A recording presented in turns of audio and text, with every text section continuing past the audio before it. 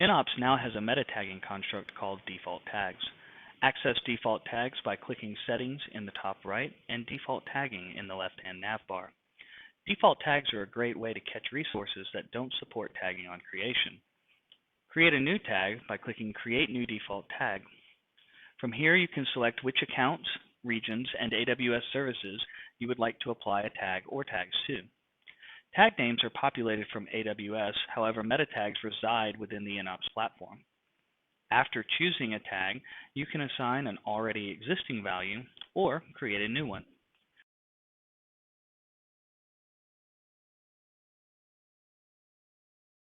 You can apply as many meta tags as you want.